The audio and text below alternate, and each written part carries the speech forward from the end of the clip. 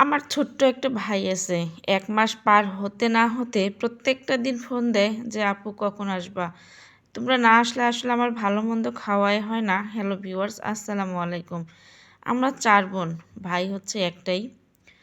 ও হচ্ছে ১ মাস যেতে না যেতেই মানে বারবার ফোন দিতেই থাকে যে, "আপু কখন আসবা? তোমরা না আসলে আমার ভালো-মন্দ খাওয়াই হয় না।" যদিও সে বিবাহিত, আসলে যখন ভাইয়েরা এরকম কথা বলে তখন শ্বশুরবাড়িতে যতই কাজ থাক না কেন, যতই কিছু থাক না কেন, তখন কিন্তু ছুটে যেতে মনটাই চায়।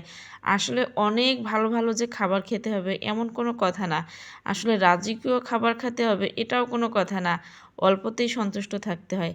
আসলে আমরাও ঠিক সেরকম ভাই যখন ফোন দেয়, তখন খুব ভালো লাগে। খাওয়া না খাওয়াটা বড় কথা না। ভাইয়ের বাড়ি গেলেই যে দেখা যায় অনেক কিছু খেতে হবে সেটাও না। যেহেতু এখনও বাবা-মা বেঁচে আছে তাদের উদ্দেশ্যেই যাওয়া। ভাই যেহেতু বিয়ে করে ফেলেছে, যতটা চাই যে খুব কম যেতে, কিন্তু সেটা হয় না। তারপরেও দেখা যায় বছরে ২ বার যাই। কিন্তু ওতে আমার ভাইয়ের হয় না।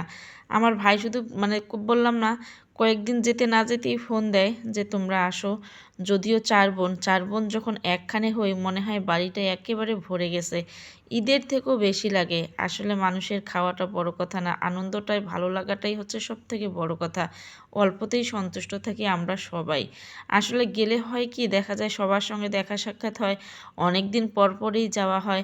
আর দেখা যায় বিশেষ করে ওই ২ বোন তো আসারই সময় পায় না। আমরা গেলে দেখা যায় তবুও ওরা সকালে এসে বিকেলে চলে যায়। কাছাকাছি আছে, আমরাই হচ্ছে দূরে ২ জন।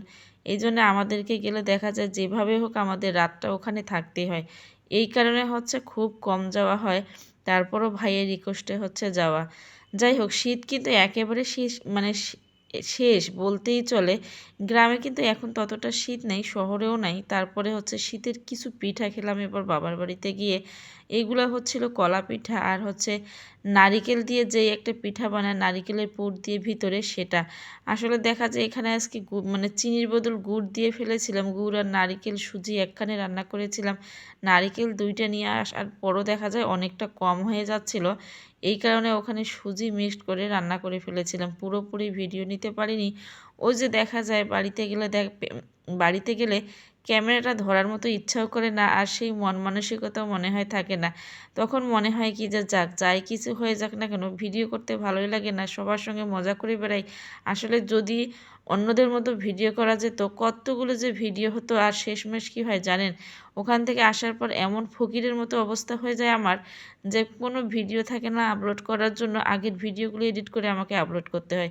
এই কারণে চিন্তা করতেছিলাম যে না এবার না টুকিটাকি একটু হলেও আপলোড করতে হবে মানে নতুন ভিডিও। আজকের ভিডিও এই পর্যন্ত। সবাই ভালো থাকবেন, সুস্থ থাকবেন।